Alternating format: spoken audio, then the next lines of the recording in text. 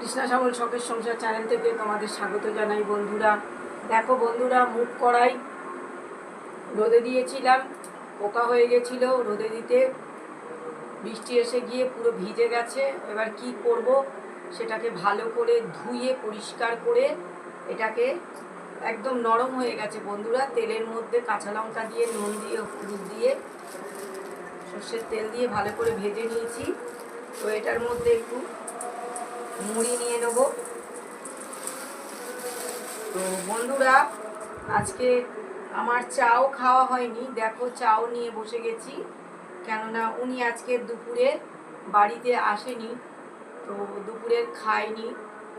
তো আমি ঘরে ছিলাম, আমি টিফিন দিয়ে এসেছিলাম, কিন্তু দুপুরে খাবার দিয়ে আসিনি, তো সেই কারণে তো এইটাই খাবো। এখন ভিডিওটা দেখবে।